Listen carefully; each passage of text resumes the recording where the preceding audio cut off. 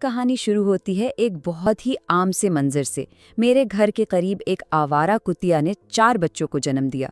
ये बज़ाहिर एक मामूली बात थी, लेकिन इसने वाक़यात का एक ऐसा सिलसिला शुरू कर दिया जिसने नेकी और हमदर्दी के बारे में मेरी सोच को हमेशा के लिए बदल कर रख दिया।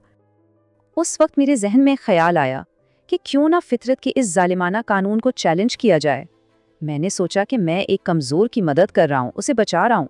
मुझे बिल्कुल अंदाज़ा नहीं था कि मेरे इस एक फैसले के नताइज कितने दूर तक जाएंगे। अफसोस, 4 में से 2 प्ले तो कुछ ही दिनों में मर गए। अब बचे थे सिर्फ 2। एक पीले रंग का जो काफ़ी मजबूत और सेहतमंद नज़र आता था, और एक काला जो बहुत ही कमज़ोर और छोटा सा था। और इन दोनों में भी ज़मीन आसमान का फ़र्क था। जब भी खाने का वक्त होता, वो पीला वाला जो ज़्यादा ताकतवर था हमेशा आगे बढ़कर सब कुछ खा जाता, और वो काला वाला बेचारा पीछे रह जाता, भूखा। ये देखकर मुझसे रहा नहीं गया और मैंने फैसला किया कि मैं कमज़ोर की मदद करूँगा। तो बस मैंने अपना सारा ध्यान इस काले प्ले पर लगा दिया। मैं इस बात को यकीनी बनाता कि उसे उसका हिस्सा मिले। कभी कभी तो मुझे इस पीले वाले को भगाना भी पड़ता था। मुझे लग रहा था कि मैं एक जान बचा रहा हूँ, कि मैं सही काम कर रहा हूँ। लेकिन मुझे क्या मालूम था कि मेरी ये नेक नियति, मेरी ये मुदाखलत एक ऐसे अलमिये को जन्म देगी जिसका मैं तसव्वुर भी नहीं कर सकता था। और इस अफसोसनाक सिलसिले की शुरुआत हुई इसी मजबूत पीले प्ले से। पहले वो पीला पीला मर गया, फिर वो काली वाली जिसे मैंने बचाया था अकेली रह गई। फिर उसे एक अजीब बीमारी ने आ घेरा, उसकी टांगें जैसे मफलूज हो गईं। बहुत वक्त लगा, लेकिन वो आहिस्ता आहिस्ता चलने लगी। फिर उसने बच्चे दिए, लेकिन सब मर गए। कुछ अरसे बाद उसने दोबारा बच्चे दिए, और वो भी सब के सब मर गए। मेरी एक नेकी की कोशिश ने जैसे मौत का एक ना ख़त्म होने वाला सिलसिला शुरू कर दिया था। उसके आखिरी बच्चों का अंजाम तो सबसे ज़्यादा वहशियाना था। एक एक करके सब मारे गए, यहाँ तक कि कोई भी ना बचा। उसने अपनी आंखों के सामने अपनी 3 नस्लें खो दी। और उस आखिरी प्ले की मौत के साथ मेरे अंदर सवालात का एक तूफान उठ खड़ा हुआ। अब मुझे अपने ही फैसले का सामना करना था। सबसे पहला और सबसे खौफनाक सवाल, क्या ये सब मेरी वजह से हुआ?